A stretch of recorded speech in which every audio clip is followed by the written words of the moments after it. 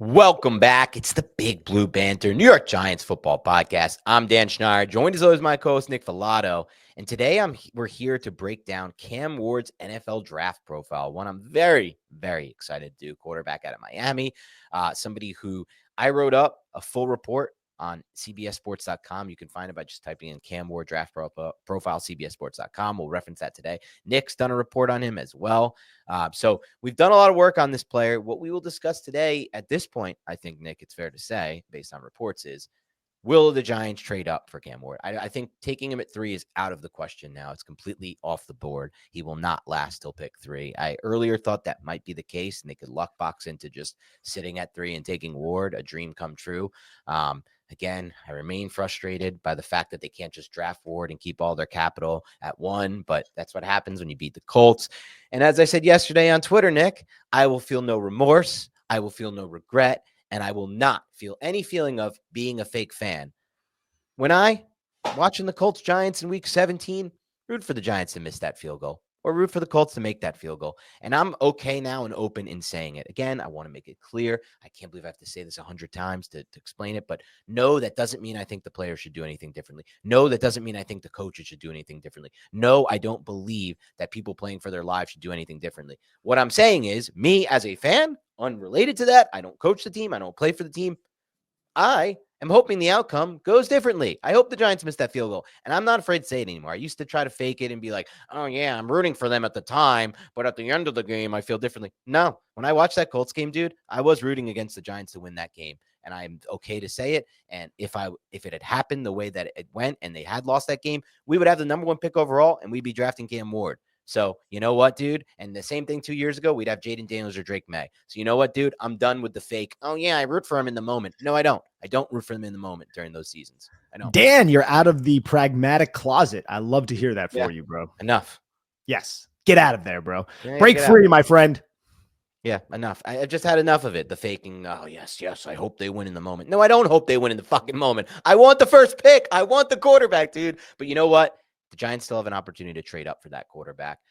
What they'll give up, we'll discuss that at the end of the show. What we want them to give up, what is expectation of what they will have to give up to get Cam Ward. But today, before we get into that, let's talk about Cam Ward, the prospect, Miami quarterback.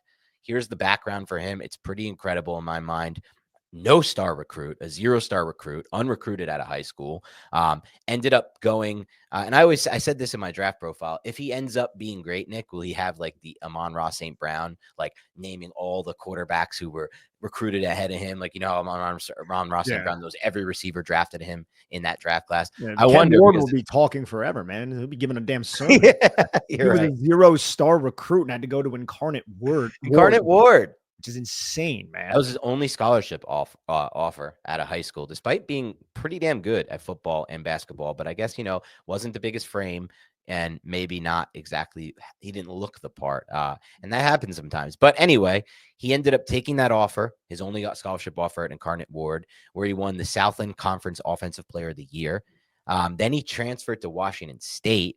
He had 6,963 passing yards, 48 touchdowns, 16 interceptions, 13 rushing touchdowns over 25 games with Wazoo, and then finally made that transfer to Miami this past season, a really good fit for him, and revived a program, Nick, that really wasn't good at all until he got there for many, many years. Yeah, they had a couple like 6-7 win seasons, but they won almost every game this past year besides 2, and both those losses were close, and he took home the Manning Award and the Davey O'Brien Award, honors that are bestowed, at least from the college standpoint, on the best quarterback in college football. And I wrote, he's a big game hunter at quarterback. That's what I like about him the most. He's always looking to challenge the intermediate and vertical areas of the field. His unorthodox release reminds me of watching Phillip Rivers and Jordan Love, but there's no denying how fast the ball gets out of his hands. This makes him a weapon in specific areas of the field, specific throw types that mesh well with his motion and release. The ball placement can wane, specifically on the vertical plane, but these are areas that can improve as NFL coaches work to marry, in my mind, this is the biggest thing, to marry his footwork with his upper body mechanics. I find him to be an incredibly exciting prospect with a new age game that translates to what wins in the NFL. I like it, man. And I'm not going to read my entire synopsis. I wrote a very large report on Cam Ward. You guys can go and find give us something. Give us something, Nick. Come on. Now, I just said, man, this is, if I had one word to describe Cam Ward, It's that he's a playmaker and he has this innate ability to leverage his creativity while staying calm and keeping his eyes downfield and being aware of his surroundings. That's something I absolutely love. And reluctance is just not something that is synonymous with Cam Ward. He's going to let it rip down the football field. He had no issues challenging tight windows and just letting that ball fly over the middle of the field, outside the numbers. Again, is he always the most accurate? I wouldn't necessarily say that, but he has above average accuracy overall. And I appreciated a lot about his game. I would support the New York Giants selecting a player like Cam Ward. We'll get into his negatives a little later. I don't think he is a perfect prospect, but he has real legit arm talent. And again, this innate ability to understand how to create plays and how to keep his eyes up and where his receivers are going to be. And this is something that he did at 3 separate locations. It wasn't like he had this rapport with these Miami receivers all throughout college, and that's why it all kind of came together in that final season. No, he came to Miami, and then when you watch those Miami games in 2024, you can see him processing and understanding where these receivers are going to be. They seemed to always be on the same page. There'd be somebody running around his side. He had that enough athletic ability to escape and to avoid sacks. I would say with the football in his hands, he's stronger than most quarterbacks, especially for a quarterback who's like 6'2". He's not necessarily like the biggest guy. I think he's 6'2", 219 pounds, has 9-inch hands. But I saw plenty of times somebody would kind of get a hold of him and he was able to get out of it and then run through an arm tackle and run for a first down. So from a mobility standpoint, he checks a lot of boxes as well. From a big time throw standpoint, checks a lot of boxes, has good velocity, has good arm talent, can throw to the far hash, has displayed and flashed pinpoint accuracy. There is a lot to like about Cam Ward. We'll get into some of the negatives later, but there is a lot to appreciate about his game. Yeah, and I love the fact that you brought up the rapport thing because, some of these other prospects in the class, Dart, Sanders, they've played with the same players for a long time. And they've been able to build that rapport and that timing and that experience in the system. Cam Ward comes in without any of that in Miami and looks the best to me of all 3 of those guys.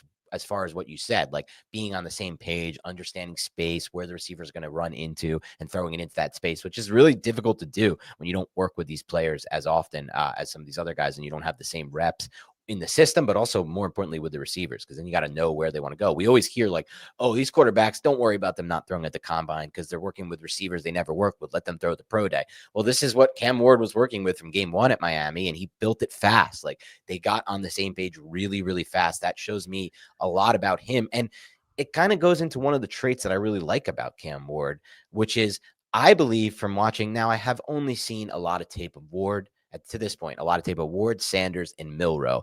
I have seen a few games. I could put Shuck in that sort of. I've seen 3 games of Shuck, and I've seen 1 game on film. We're talking on film. We've obviously watched these guys on Saturdays of Jackson Dart. Out of all the guys I've just mentioned, even just off the 1 game for Dart or, the 3 games, especially Sanders versus Ward, I don't think it's even really remotely close. Sanders' superpower is supposed to be his anticipation, his anticipatory throwing. I saw way more examples of what I believe will be translatable anticipatory throws at the NFL level from Cam Ward than Shedeur Sanders. I thought Cam Ward's vision and understanding post-snap. Remember we talked about last year with Drake May? One thing we just loved about him was how he sees the field post-snap. Like his understanding of space and where those receivers are going to break into and the ability to get the ball into that space before the receivers get there. That natural innate ability is there with Cam Ward. And I don't know if I see that yet with any of these other quarterbacks, but I certainly see it with Cam Ward. And to me, it's one of his superpowers as far as translating to the next game. It's not my favorite trait of his. I have one that I put even higher, but it's something that I noticed with him. And that's so weird and surprising considering that, like you said, he didn't have any rapport with these receivers. No, well, at least not from a longevity standpoint. It could be something that was just developed early on in training camp. And I do love the fact that you brought up the anticipation, because that's something that I also saw: anticipation, touch, drive, that creative nature. I think he has to hone in his tendency to do too much and learn to, live another down sometimes. But how many times would you say, oh man, like, what are you doing, Cam Ward? You're running around and then he ended up making magic out of it. First down, touchdown. Will that translate to the NFL? It's going to be a tough transition, but we've seen quarterbacks who are able to use that skill set in college and translate to the NFL. And I would say Cam Ward has enough athletic ability to do that. Now, it's not, in my opinion, elite athletic ability though. It might be somewhat similar to like a Caleb Williams from last year, where Caleb was Sure. this elite escape artist, and we saw Caleb struggle, right? In the NFL. He has struggled in the NFL with escaping and took a lot of sacks last year. So Cam Ward needs to maybe be a little bit more judicious when he does try that and get down and not have these catastrophic plays, because he's not going to be able to run around as much as he did when he was at Miami, and the offensive line and the protection that was offered at the University of Miami. So there is that element of it when it comes to Cam Ward, but overall, man, I really appreciate the arm talent, the mind, and the creative nature is probably my number one trait from Cam Ward. Yeah, that's cool. I mean, it's right. It's what you see when you watch these Miami games. It's that playmaking ability that's spurred by his creative nature and the creativity he sees when it comes to how he processes that field post snap. And one thing you mentioned earlier, Nick, in your report that I want to come back to that I really like about Cam Ward, and I'll say this is a big pro for Sanders too, Shador Sanders. It's something that really plagued the Giants for the 6 years of Daniel Jones. It's when this quarterback, and this is the same for Sanders, so I want to give him his credit there too, breaks the pocket or has to maneuver within the pocket or whatever it may be from an off, the play is forced to go off script. This quarterback, Cam Ward, his eyes are down the field always. And that's something I really appreciate. Same with Sanders, because that's something that held back the Giants for a while. When Jones used to break pocket, it was like, all right, his eyes kind of go to the sticks and hopefully something's there. He usually doesn't even have the can if he makes a throw, but mostly it's just like he'll run out of bounds, Jones to the right.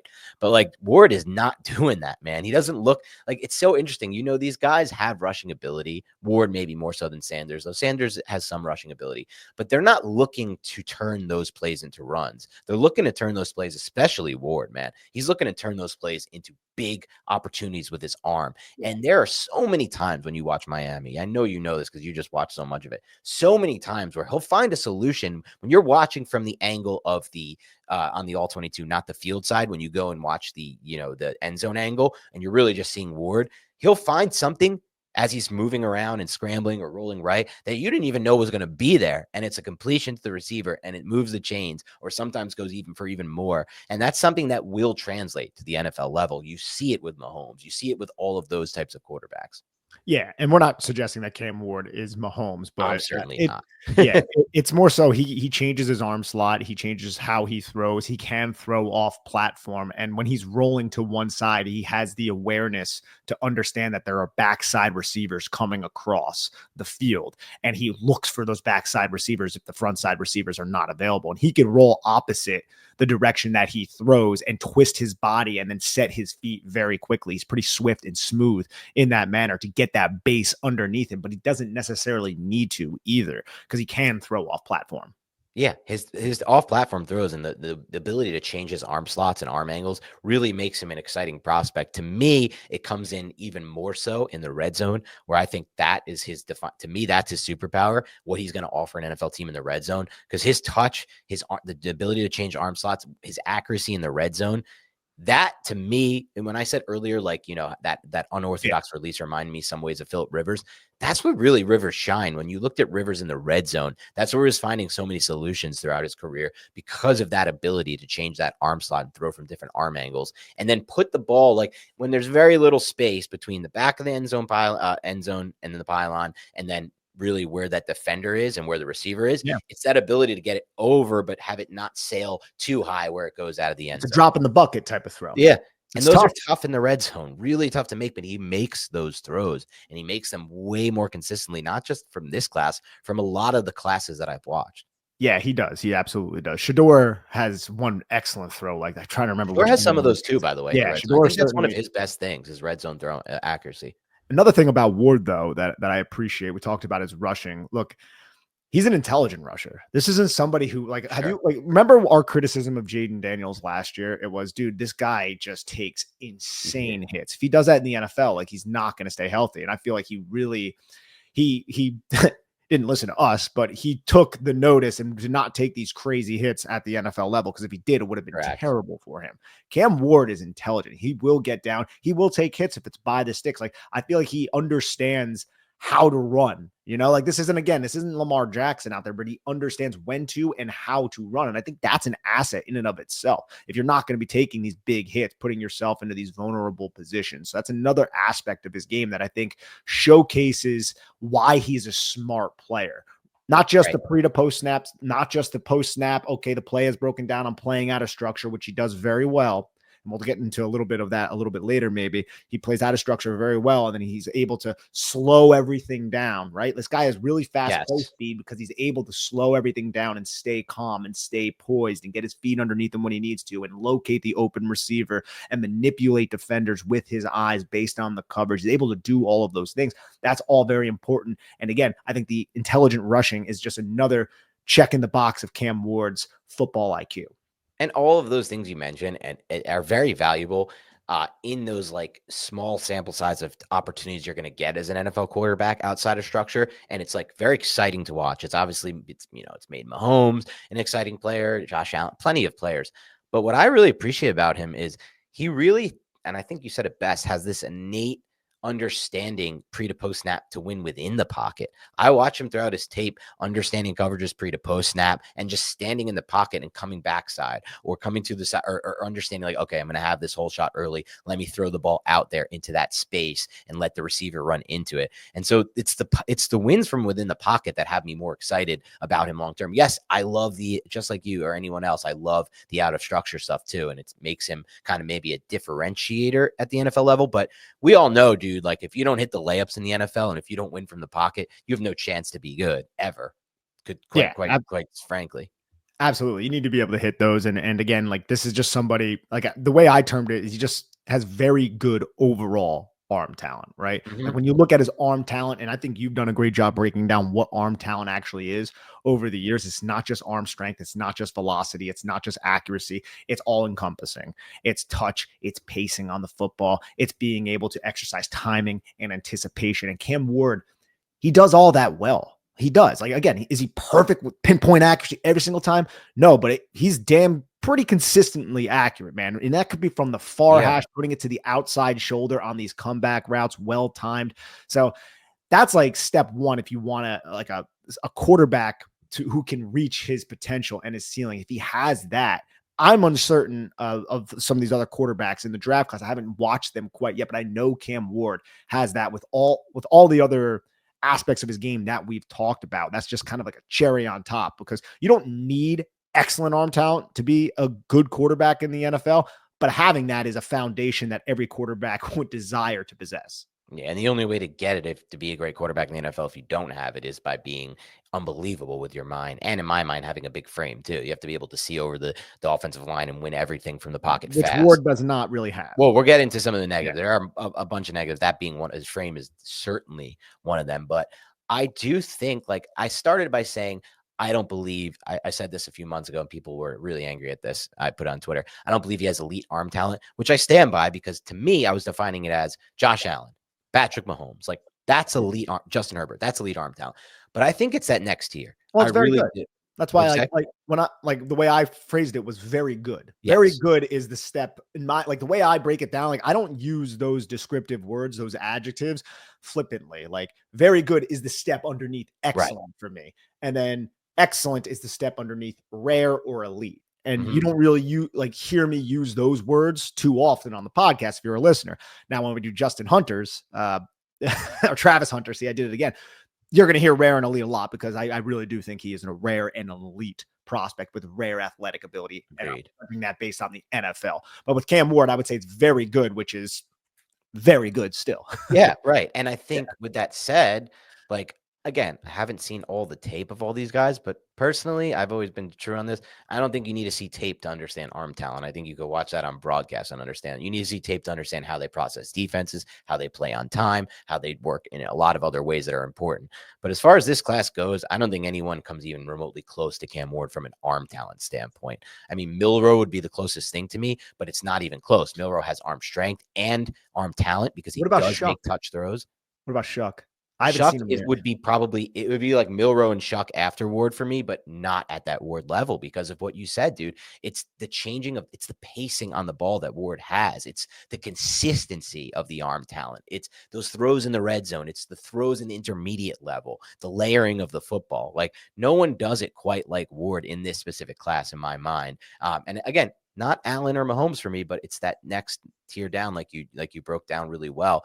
And that excites me because I am definitely higher on arm talent than not at the NFL level, because I think finding those guys who are like the solution makers from the pocket that really process defense as well, it is so hard to try to figure out at the college level for these offenses that don't translate at all the NFL level. You may get lucky and hit on a Purdy, but dude, if it was easy to find a Brock Purdy, everyone would do it. He was the last pick in a draft class because it's not easy to understand how processing will translate from the college to the NFL level. Especially when you bring this player into your locker room and he just takes your system. Like that's something that you need time for that to happen, right? Time for that to transpire. And that's what happened. He ended up going right into Shanahan's system and he just took right to it. And he was able to keep that system on track, in rhythm, and he developed and grew from there. And the Iowa State system was not like the Shanahan system. So it's really just a projection and a guess. And I can guess and maybe get that right. But you know what? I don't need to guess on arm talent. You could just see that with your own eyes. And you know what kind of impact that has on the NFL level based on Mahomes, Allen, and all of these stud quarterbacks who have been consistent winners in a lot of ways due to their arm talent. So it's just something I look at with Ward. I'll say this as far as more positives go, and we'll eventually get to the negatives. I think that, and this is not something I'll know, and this is why it's a piece of the puzzle that Nick and I will never know, and it'll always leave us in the dark when it comes to evaluating quarterbacks. It's the off-field stuff.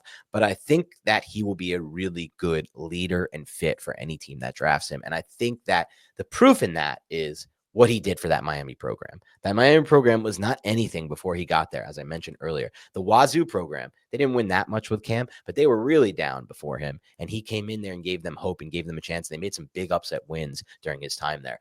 I think he brings that it factor to an NFL team. I was just about to use that exact term, the it factor. Very hard to quantify. Again, could be speaking out of our ass, right? But when you're watching fourth quarter Miami football and Cam Ward has the ball and he's down by 6 points, you feel good. You feel good. You're saying, Cam Ward, he's going to figure out a way to at least put us in a position to win the football game. And he did that so much in 2024. He really did. And there's a couple accolades I wanted to get into, Nick. Now, again, I want to make it clear before I say them.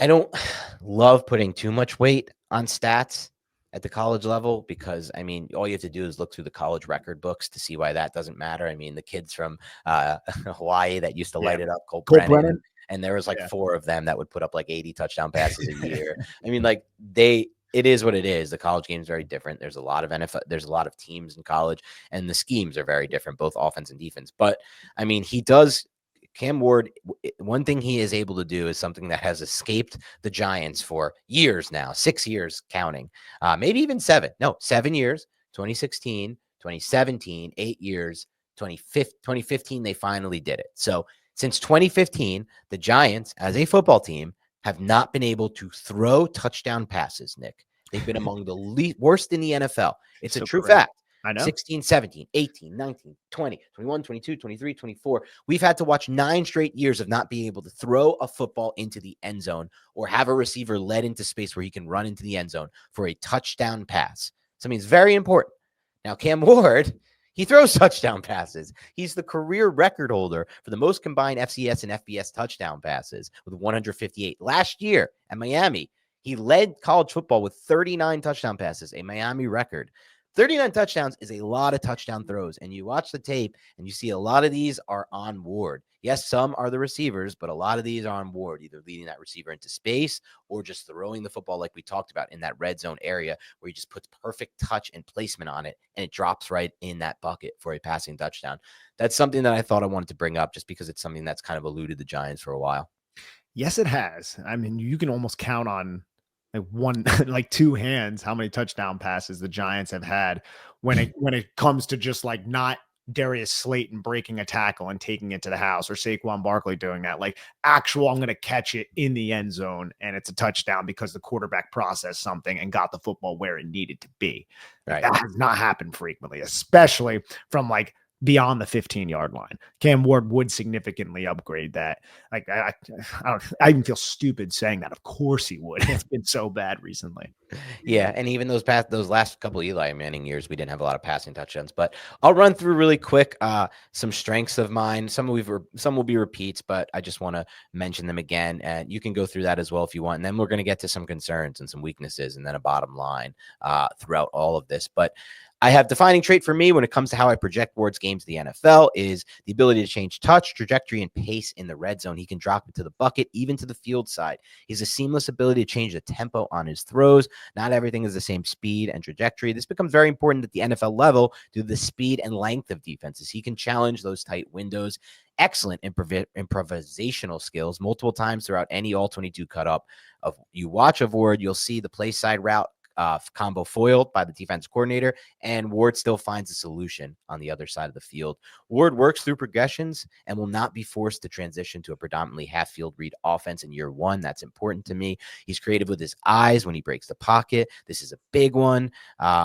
He has effortless release. It's quick and efficient, and he doesn't get the ball batted down at the line of scrimmage often. Nick, only 4 batted passes at the line of scrimmage last year for Cam Ward, despite being just 6'1" and 5'8" inches. He's not even 6'2". That is weird and interesting and understandable to me when you think about his release. It's quick, it's effortless, and it has that motion that can get over the top of the defense. This is insanely important for a short quarterback, and we're going to be looking at a lot of short quarterbacks in this class. Cam Ward and Shedeur Sanders are both short quarterbacks relative to the NFL, and getting balls batted down the line of scrimmage is a big problem for short quarterbacks, not for Cam Ward. Again, only 4 batted passes because of his release. Ward's ball placement can be erratic at times, but on his best throws, Nick, he places the ball in position for the receiver to maximize his yards after the catch. And that is so apparent on his tape.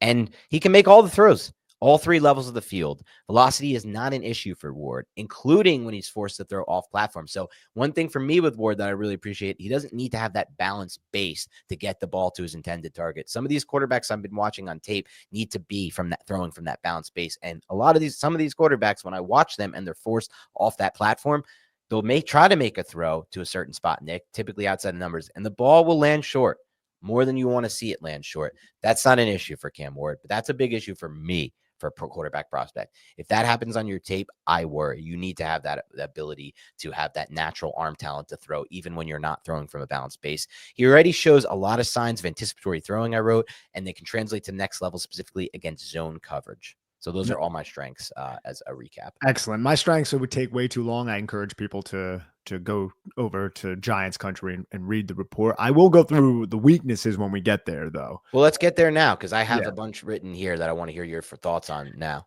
Yeah. I'll start slightly shorter for the position. Just meets the unofficial threshold for hand size at 9 inches, which, I mean, the guy had yeah, probably, right? All these guys freaking handy. It'll be somehow grew from 8 and like a third to full inch at his pro day. You know, that's something we could all benefit from. Ball security issues, had 50 collegiate fumbles, which is a product also of those small hands. You say 50? 5-0? Yeah, 5-0. One of the years early in his career, there were like a lot. So I think a lot of it comes from that, and it wasn't as bad in 2024 with Miami, but at Incarnate Word and Wazoo, there was one season that was pretty rough. Hello, ladies and gentlemen. Look, we all love to work out. The summer's coming around. You want to look good in your bathing suit. But in order to enhance your workout, you want to go and use MitoPure from Timeline. This is a great product. When I started using it, it makes me feel stronger, gives me more energy. I recover quicker. You know, I'm in my 30s.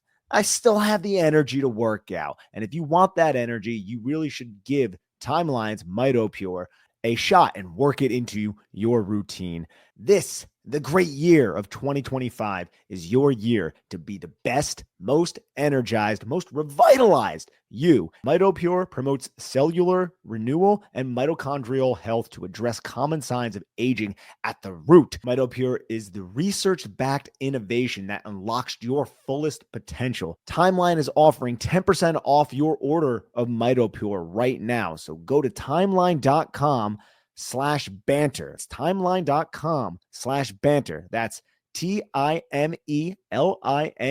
And I also have lower than normal launch point on standard passes. Something that we brought up is a little bit more like winding yet very quick. Like his release makes you think that it should take a while, but he gets it off so fast, right? It's like his hands don't weigh anything, dude. It's just like pew, but it is kind of winding and low.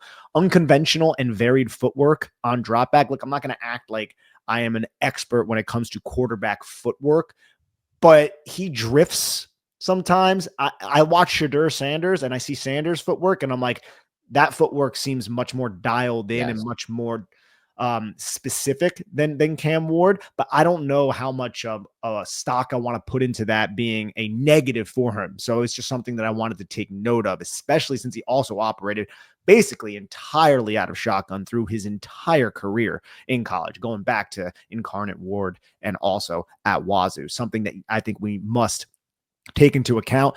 I said deep accuracy is not bad, but there were some inconsistent misses on tape. I still think overall it's solid. It's good. Play style leads to reckless mistakes. This is something that came up a lot.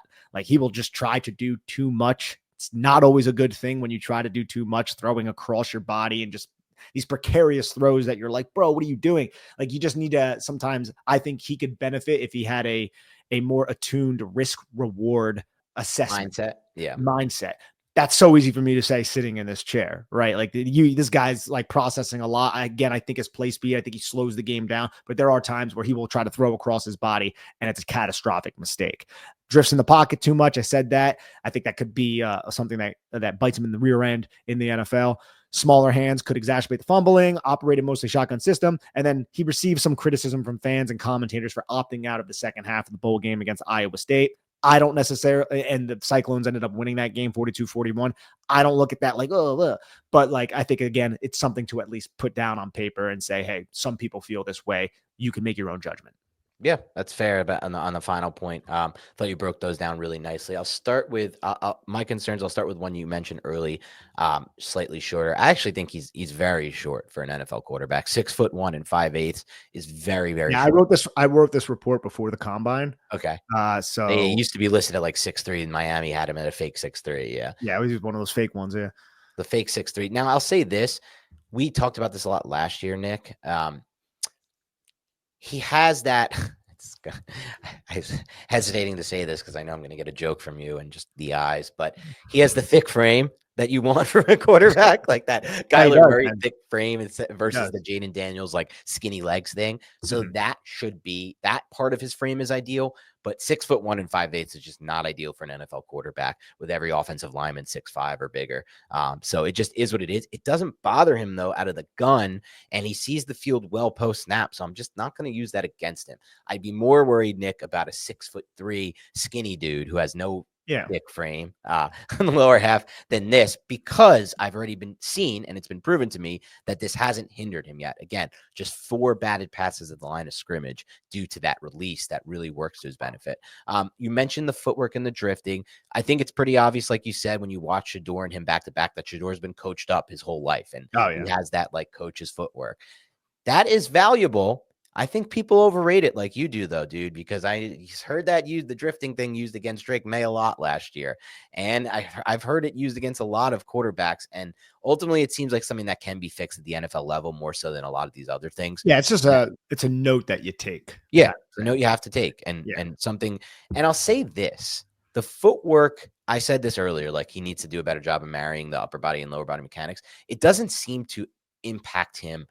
Like to me, I'm more worried. The drifting thing in the pocket, people worry about that. What I worry about is your footwork when you make the delivery with the throw. Like this is something I saw and noticed on tape this year, Joe Burrow. And then I was so happy that my tape evaluation of this like aligned perfectly with what Joe Burrow told a reporter in an interview. He's like, you know, I was recovering from that wrist surgery. I didn't feel like I had the same arm strength this entire year that I'd had. So I had to go back to the lab and figure out how I'm going to get drive on the ball, specifically in the deep. And he said one thing that we worked on with him, and I believe his quarterback coach is Jordan Palmer, maybe, or one of those guys, is aligning my feet to the target better, and then getting drive from the ground, using the ground to generate force into my throws. And that's something that makes way more of a difference to me than watching them drift a little bit in the pocket before they make the throw. I want to see how they are aligned with their feet when they make that throw. And that to me was not something that was an issue for Cam Ward. But I have other stuff that is real concerns for me. The first one being, this is a major concern for me, his ball placement on the vertical plane. That was something that did not align with the rest of his tape. He was much more inaccurate on vertical throws, and the stats back it up. He did not have a good percentage on his passes that traveled 20 yards in the air. He misses throws in the deep half, I wrote, even at times while throwing from a balanced base and a clean pocket. He still missed some throws on the vertical plane. That's something that he'll have to work on as he gets to the NFL level. It's why he's not a perfect prospect by any means. Ultimately, I think it can be fixed, but it's not a guarantee. I also wrote as another one of my major concerns here, Nick, he had major splits when it came to how he performed against pressure and not against pressure. And you mentioned it earlier, but Miami's offensive line was damn good last year. Maybe it was just a competition they were facing in the ACC, but they gave him a lot of time. He was throwing from clean pockets, and his PFF grade against from clean pockets with no pressure was 94.1, best in the class. But his grade against pressure, 56.5. So there was a stark contrast between how he performed when he got pressure, and which was rare in Miami, and when he didn't. So it's just something to consider. I wrote the footwork can improve in terms of pocket movement and talking about the drifting, but also when delivering the football. I think he can do a better job of aligning his feet to the target when he throws the football, and that will help him specifically on the vertical plane. Because when you watch Burrow dot these throws like he does the NFL level, and you're like, how the hell is he? Because honestly, from just like the film, he's the best vertical thrower in the NFL, I think, by far. Better than Mahomes, better than Allen, better than Herbert as far as accuracy goes, and making these throws like turn into big plays. And I watch it and it's like, wow, well, how does he do that? Burrow, because he doesn't have the biggest arm. He doesn't have their arm. But how he does it is, I talked about it earlier, he generates that force from the ground, but also his footwork is so fucking awesome to watch, Burrow. Like you'll watch him have everything aligned to the target. It's like, so I'm gonna bring up a reference, Nick, that's gonna haunt the podcast again. But in golf, dude, half the game is trying to get your feet aligned right to start, and then get your hips through and have your foot pointing toward the target. And it's really hard to do. It's a timing thing. It's impossible. It feels impossible to do for people like me who suck at the sport. But he does that so well. He's like the perfect picture-esque view of what you want. And that's something that Cam Ward can improve and get better at. The last one I put, Nick, and I don't know if you mentioned this just now in your concerns, but you mentioned it earlier. I said Ward will sometimes look to escape and take liberties that won't be available at the NFL level. I think he'll run into sacks sometimes with some of the stuff he tried to do at Miami. Yeah. I mentioned that when I was discussing Caleb Williams earlier in the podcast. Like, I think it could be Shador. It's a big one with Shador. Yeah, and Shador, like we'll talk about Shador Sanders. Like Cam is much better at it than Shador. Like Shador really struggled to like get away from Big 12 defenders, and it looked rough watching him try to do that. I like that. Like, not to go too far into Shador, I do like that Shador has the awareness and the ability to navigate the pocket, to understand I need to escape and find an outlet. But I think the athletic limitations severely hold him back from achieving that. And that was obvious in college. That's going to be a big problem in the NFL. And I think Cam Ward, if he doesn't rein that in as well, he has more escapability and more athletic capabilities than Shador Sanders. But if he doesn't rein that in, these NFL defenders are going to track your ass down, and you're going to go down. Like, you're not playing in the ACC anymore. So yeah, I think you're spot on with that. Yeah, and that's all I have for that. I'll say my bottom line for Cam Ward. I don't know if you had a bottom line, but my bottom line is what stood out more than anything watching Ward's tape is that he answered more big moments with a solution than any quarterback I've watched in the class. Now, again, I haven't seen all of Dart. I haven't seen, but even just from watching cut-ups and from watching on Saturdays. Oftentimes, Ward would make something out of nothing or worse out of a really bad situation, and that happened multiple times. I brought up the example against Virginia Tech that I put attached in the tweet. Ward will take his lumps to the next level and needs to improve his footwork and how he handles pressure and his ball placement on the vertical plane. At the same time, he should immediately be a playmaker at the NFL level in the intermediate areas of the field, both outside and inside the numbers and in the red zone. Love that. Here's my overall too. So overall, Cam Ward can attack every level of the field with anticipation, drive, touch, and a creative nature that could get him in trouble at the next level. He has to hone in his tendency to do too much and understand to live another down. Ward has a tendency to look for the big play instead of taking what is there, which leads to an interesting duality that conceivably can be coached. There's also a bit of recklessness with his gunslinger mentality. It's plausible that his reckless plays can be reined in, albeit he won't have nearly as much time to extend plays at the next level. If he can control the reckless nature, Ward can marry his cognitive skills with his arm talent and creativity to be one of the more reliable and exciting starting quarterbacks in the league. Yeah, I love it. So now let's wrap up with where we're at when it comes to Ward. We have given up, I think, both of us on him being there at 3 overall for the Giants. And I think that's fair to do. And I don't think we should even entertain that option at this point. Schefter, Kuiper, everyone's reporting he's going 1 overall, maybe 2 if they're lucky. Either way. So as far as trading up to 1 with Tennessee, maybe I'll throw some scenarios out there and see if you're interested, Nick. Let's start with a big one that may end up being the one, especially if the Giants strike out on Aaron Rodgers and they are operating from a place of desperation when it comes to this with Tennessee. My first scenario is the Giants trade 3 overall, the 2026 first-round pick, and the second-round pick from next year, and this year's third-round pick, let's say, for the first one, to move up for Cam Ward. Is that something you would entertain? I mean, something I would entertain. I think it's going to be something that, would you do it? Let's just say, would you do it? It's tough for me to make that declaration right here because I don't know how much I like Jackson. I don't know what the other options are because I haven't studied their tape yet. Right. Like, do I think Cam Ward is good enough to have that conversation be entertained? Yeah, sure. But if I really like Jackson Dart, if I really like some of these guys who are going to go a little bit later, I might be inclined to say absolutely not. I'll trust them and then keep all of those draft assets.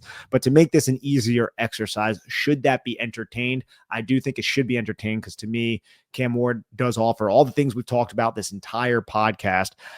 I just don't know at the end of the day if I'm pulling the trigger. Let me try to make this. Okay.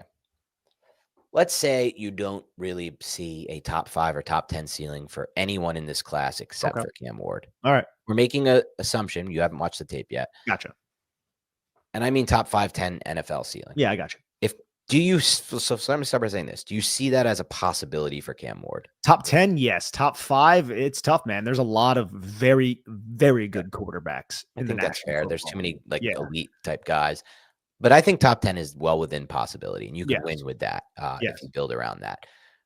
If he's the only one with that top 10 potential, are you willing to give that 2026 first? Or are you going back to the well and saying, you know what, we can keep building and there might be somebody else in that 2026 class with the same top 10 potential? Again, I would entertain it. I don't think at the end of the day, I'd want to pull the trigger on that though. I think you're sitting at 3, you can get a real true difference maker and possibly get somebody else. It really depends on what happens in free agency as well, but possibly get like a Dart or somebody else a little bit later on in the draft. And I don't want to part ways with a first round pick that Joe Shane and Brian Dable, if this team sucks, might not be making it. Might not be making, right? And the Giants could not be good. Like that's been the consistent theme of the New York Giants for the last decade to 15 years. They picked high a lot, and I wouldn't want to part ways with that or get squeezed by the Tennessee Titans, which I think that's one of the if they don't like Cam Ward and they're cool with not selecting Cam Ward, then they're just going to be pitting the Browns and the Giants against each other, and that is desperation. I do like Cam Ward. But if we're parting ways with 2026 first round pick, I'm going to have qualms with that. Okay, I'm keep working through this with you, and then you can come to me on all these. How about they keep the 2026 first? They give up pick 34 in this draft and next year's second round pick. 2 2s. I mean, I don't want to do it, but that's going to get you the quarterback. Then yeah, I think I can certainly be talked into that. It's essentially a 1, but there's I think he won't give a straight answer. He's like, I don't want to do it, but I can do talked into it. Yeah, well, I mean, I want to know, Nick, would you do it? You're on the board. You're Joe Shane. Yes or no? Yeah, but if I'm on the board and I'm Joe Shane, I have so much more information at my disposal. I know, but you just. But okay, I gotta stop. I gotta stop being so serious with this. Yes, I would do it. There we go. That you would do. Okay. Yes. Okay. So for me, I would do that trade, and I think I started this off well in your camp of like, I don't want to give up this 2026 first no matter what. But I've come around, Nick, to giving up the 2026 first in a trade up for Cam Ward. And the reason being is the more I watch Ward, the more I like. And I look at it like this. If they do that move and they trade up and they give up their 2026 first, one of two things can happen for the Giants. Ward can be the player they hope and think he could be, in which case, yes, you're going to end up losing like a Travis Hunter this draft plus something similar to that next draft. So that, for Cam Ward, essentially is what that becomes. Cam Ward for Travis Hunter and next year's version of Travis Hunter, right? If they're bad, that's what that becomes. If the Giants are good with Cam Ward and win early, you end up losing more of that, like just outside blue chip plus Travis Hunter. You lose him from this class. And more importantly, if Cam Ward is good, you don't need a quarterback in next year's draft. So it becomes less valuable having that 2026 first. It's still valuable. Don't get me wrong. But if they can win games with Cam Ward in year one, it loses value each game you win with Ward. And if he proves to be good in year one, that pick loses value by each game you win. I'm not that worried about losing like 18th overall, to be completely honest, in a single draft class. I'm not happy about it. You can get Dexter Lawrence at 17, but you could also miss it. You can get Evan Ingram, you can get Eli Apple and Eric Flowers too. Like, it's no guarantee. Also, there's the third scenario of that when you trade your 2026 first. Let's say you trade it. Cam Ward isn't so good in year one, and it doesn't translate to the NFL level the way we hoped it would. Then year two comes around. You don't have your first round pick going into the draft. Cam Ward doesn't look good again. Now, but you have to play him because he's your first round pick. Now you roll into 2027, the one Arch is coming out in. And that's probably the class Arch Manning is coming out in. And you've really bottomed out because you gave up your 2026 first. Ward didn't work out the way you wanted him to. Now you're looking at 2, 3, 4 wins. You might be getting Arch Manning out of all this. So I don't hate the idea as much as I used to of giving up the 2026 first. I think there are two of those three scenarios that work out for you. The third being you do lose out on a Travis Hunter in this class and potentially that value or that level prospect blue chip in the next class. Yeah, I mean, there's 3 blue chippers if you include Cam Ward in there, just because he's a quarterback. And I mean, we're not including Mason? I mean, I haven't watched Michigan's defense yet. Yeah. I've heard mixed things, but I got to get my eyes. But I've watched Carter. I've watched Hunter. I know those guys are blue chip. Cam, I've watched him. Look, he's a quarterback. I think like the blue chip thing is a little bit weird when it comes to quarterbacks. True. But if he's getting picked in the top 3, and it's not the Giants, then the Giants are getting one of those 2 absolute studs. And I think that needs to be factored in because the more blue, I don't care if it's Abdul. Yeah, you have edge rushers right now, but like, who cares? Exactly. Like, add talent. Drafted OC and talk when we had edge rushers. I don't care to get them. Add talented football players to your roster. Add difference-making football players to your roster. And that passing up on that is tough. It is tough. Especially when you couple that with next year's first, which could arguably be even more dire. Like, you're putting all your chips in Cam Ward at that point, which I get it. Obviously, you're drafting a quarterback in the first round. That's what you're basically doing that if you pick him at 3. But to give assets in the next year makes me a little uneasy. But I'm typically conservative with shit like that, dude. Like, I don't want to do that, especially when we're on this. When Shane and Dable are on this very tenuous ground, and this could be another general manager. Say these 2 get canned. What general manager is going to want to come to a team that doesn't have a fucking first round pick who just drafted a quarterback who looked like ass? Yeah, right? Like, getting that 30-year-old kid that the Jaguars hired. We're going to get like a 32-year-old or whatever. That kid looks like he's 28. I think he's like younger than us. Yeah, no, I think he's actually our age, but yeah, he's he looks younger. But yeah, no, it's a tough situation. Again, I don't want to get squeezed by the Titans. That's why I'm being a little bit conservative, and I'm willing to give them what I think they deserve for that pick, knowing that they don't want to trade out of the top 3 as well. So I think Shane needs to lean into that leverage a little bit, but he's going to be using the Browns as a bargaining chip. But that's where you bring in Shador into the situation. It's like, how much do the Giants like Shador? How much do the Browns like Shador? And then this is all a conversation, and we got to consider the Tennessee Titans don't have a quarterback right now. So like, more than likely, they're probably going to go with Cam Ward at 1.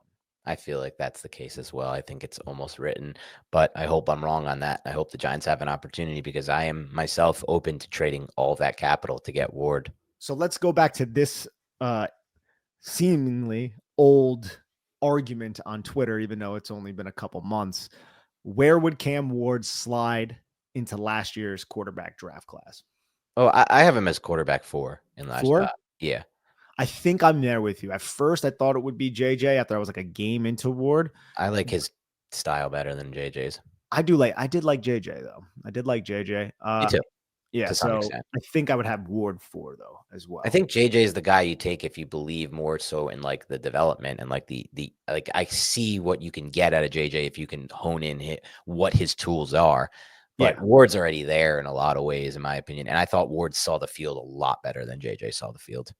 Yeah, Personally. either way, both are quality young assets. But yeah, 4 I think is fair for Cam Ward. I think for me, it's. I actually maybe even view it a little differently the more I've watched Ward. I think I have Ward a good amount over JJ to the Okay. point where I would even consider Ward over Neighbors if that was the case last year. And I was Yeah. considering JJ too. Well, yeah, you were considering that for JJ too. I was considering JJ, but ultimately we both were like, we wanted Neighbors over JJ, Penix, and the rest of that. But like for this, I might, if it was the same idea, I might just be like, F it, I want Ward because I just see a lot of upside there in his creative style, like we talked about. I mean, it's just the way he plays quarterback. I like that style. I mean, and honestly, hindsight's always 2020. Yeah. I think it's safe to say I would have taken Ward over Neighbors. You would have taken Ward over Neighbors, but I think we could, like, in retrospect, with the hindsight, would you have taken like Penix over Neighbors? Like, because I would say I would take JJ over him. Yeah. Right now, you take JJ over like Neighbors. Penix, dude. Like I watched the one game wouldn't have. against the Giants. And I haven't seen any Falcons film since then, but Right. like I'm much more willing and open to hear that conversation. Because Right? you could even say like Knicks, they should have Yeah, taken over exactly. Neighbors, Like you but can bring I him wouldn't. in. I still would rather Neighbors over Knicks. I don't buy that Knicks is a guarantee. I don't know, man. I do like him, though. I do low-key him like now. Knicks last year a little bit. Like when I went into Knicks' film, and people can go back and listen to. I don't know if we did a breakdown on him or if we grouped him in with another. But I was like, I liked his tape at Oregon, but it's a little bit hard to read through Oregon's offense. But like it was obvious that it was obvious like that he didn't have this elite arm strength. That was obvious, but like he had enough traits that you could buy into as a first round quarterback. But like to take that at 6 was a little bit rich for me when you had somebody who I believe, and I still believe this, has top 5 like Jamar Chase, Justin Jefferson type of level. But when you're talking Basically about already there, but what we've learned through last year, and you bring in Cam Ward into the conversation. Right. It's like, yeah, I think we'd have to forego that, unfortunately, especially with how just every season there seems to be deep wide receiver rooms. Now, there's not a Malik Neighbors in every freaking wide receiver class. There's like Hunter is in that conversation, but other than there is no other Malik Neighbors in this class. And I like the kid from Missouri. The kid from Arizona is like a Drake London type of player. Right. But to me, Malik Neighbors is a completely different type of player and has a completely higher ceiling than those guys. So that's why I would still choose him, I think, over the Knickses of the world, even though I did like Bo Nix. And I don't know how other people feel that, and I probably could be swayed off it, but that's where I tend to lean. Yeah, and you can change your takes like based on like, the key is like what we said. Like I've said it again and I'll say it all the time. Like what we saw of Nix on tape at Oregon is not anything like what the system he played in at the NFL level. And so it's very hard to judge the jump from I agree. NFL level.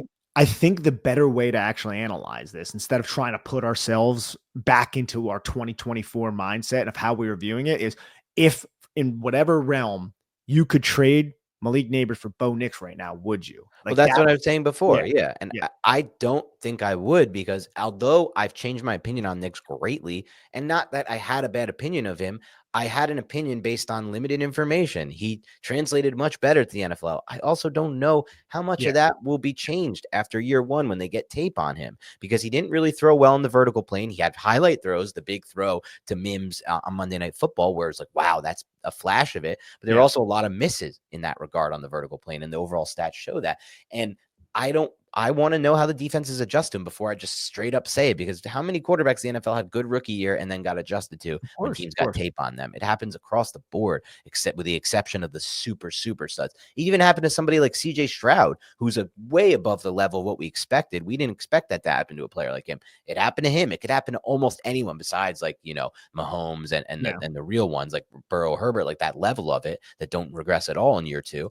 So I just am not ready to do that with any of those players. And Penix, like, that's a funny one to me. Like, I think he could be really good at the NFL level potentially, but are we really saying that the Giants were wrong to take Neighbors over him after 2 games of tape at the end of the season for the Falcons? Like, it's an insanely small sample size to be calling That's something why right or wrong, especially at quarterback. So, I mean, it comes down to that decision. And look, you could argue if the Giants had taken Nix or Penix or McCarthy at 6, they could have then done Hunter as a receiver this year. And it's like Neighbors and Sanders, let's say it is, because they're not going to be able to get Ward unless they trade up. Let's say it's Neighbors and Sanders, or Penix and Hunter, or Nix and Hunter, or JJ and Hunter.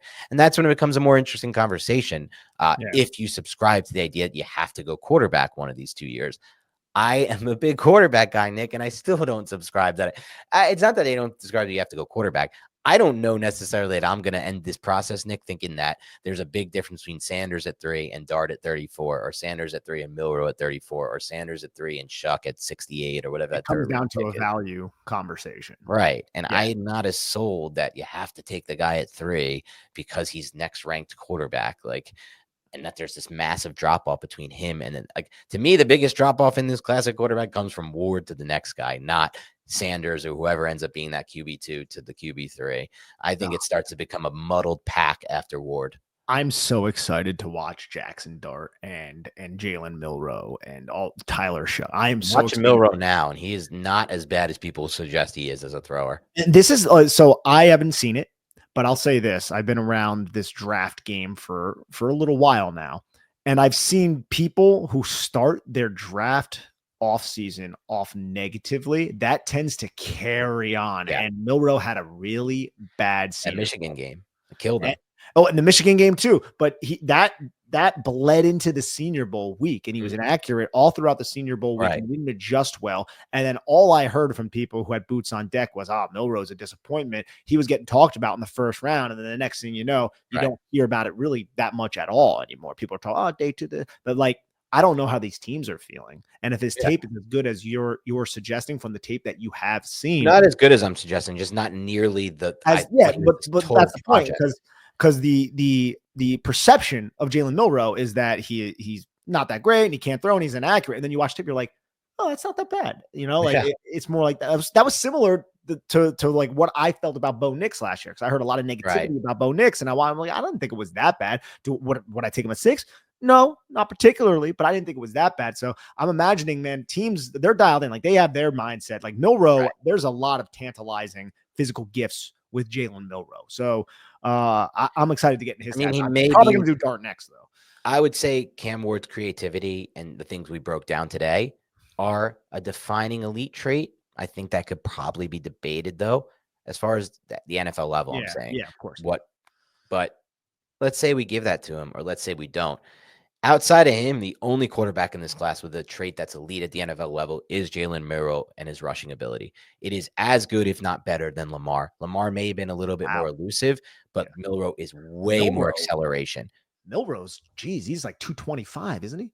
He runs a legit 4.3. That is not, that was tested. That would be under 4.4 at 230. The way that you'll watch it when you watch his tape, you're about to see what I'm talking about. Him as a runner, he will eliminate. He just wins the edge somehow every time. He'll eliminate angles. He wins in phone booths. I watch him, boom, boom, shake a defender in a phone booth right in the middle of the pocket. They can run power. They run QB bash. They run all sorts of concepts with him because he can go in between the tackles. I believe this is the best runner of the football at quarterback that I've seen since Lamar. They're not exactly the same. I think he's a little bit faster straight line and with acceleration. I think Lamar is way more elusive, though that's only because Lamar's the freakiest, most elusive running quarterback you've ever seen. Milrow has that ability as well. He's a much better runner than Richardson. He's a much better runner than Hurts was, in my opinion. Not even remotely close. I don't even think they're comparable. When you consider his actual speed, you'll watch him win the angle on the outside over and over and over again. That means you got to beat the linebacker and safety at that spot when they're clearly have the angle on you. And that's what happens when you're that big of a beast. So it is what it is on him. I'm just a little more excited than I thought I would be about him as a project pick, right? Like not as somebody you bring in year one. But we'll talk more about him, about Sanders, about all the quarterbacks in the coming days. That's it for Big Blue Banter today. Please like the podcast. Please subscribe. And then on YouTube, please hit the like button and comment. Have a great rest of your week, and we'll talk to you soon.